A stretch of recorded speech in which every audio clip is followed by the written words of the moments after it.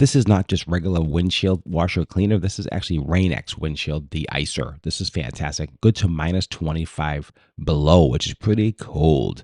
The idea behind the technology is that once you clean your window and actually treat the windshield at the same time. So think about that. So you're cleaning the windshield, de-icing it, and actually treating it to repel rain. And that's the best of both worlds as far as I'm concerned. It's fantastic. It comes in this huge gallon, as you can see here.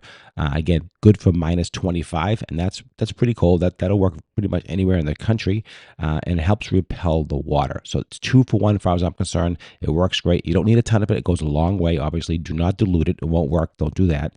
Comes in a big gallon container, as you can see here, and the cap is a lock cap, and it does come sealed, so you don't have to worry about it leaking. It won't leak, so it's foil sealed, which is super important. That way you have any issues.